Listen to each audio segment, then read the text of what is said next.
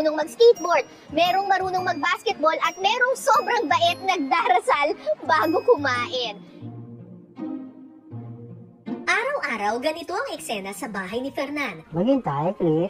Abala sa paghahanda ng pagkain para sa mga itinuturing niyang anak. Magpapakain po tayo ng ating po mga anak. Ito po ang kanilang ulam. Manok po yan na may gulay. Dahil po may buto yan, kailangan po tanggalan natin ang buto. Hihimayin po natin yan. Pray muna. Pero bago kumain, thank you Lord muna sa blessings. Maraming po salamat sa pagkain na pinagkalibigay sa amin sa mga sandali ito. Sana po ibigyan niyo po pa kami ng maraming po mga blessing. Amen.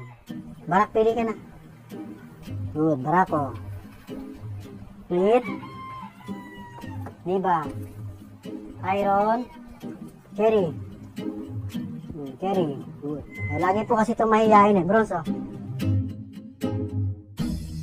Sila ang mga aso ni Fernan na nag-viral kamakailan dahil sa kanilang kakaibang talento.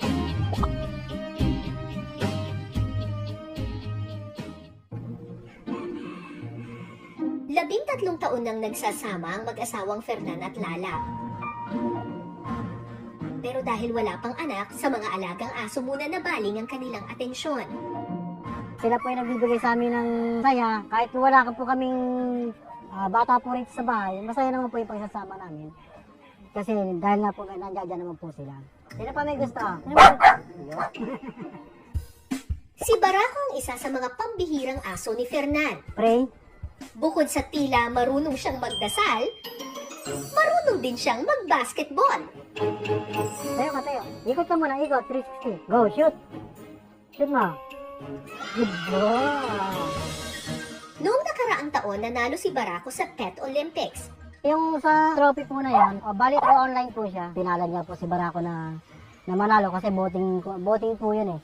Kumbaga, paramihan po ng likes, ng views. Patatalo ba naman ang kapatid niyang si Clear? Skateboarding naman ang ginagawa ni Clear. Paano po ba ginagawa yon?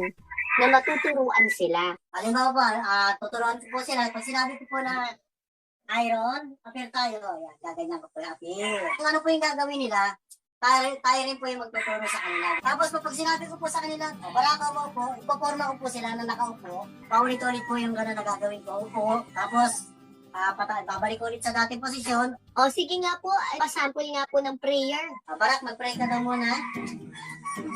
Pray. No? Ang pray. Pray.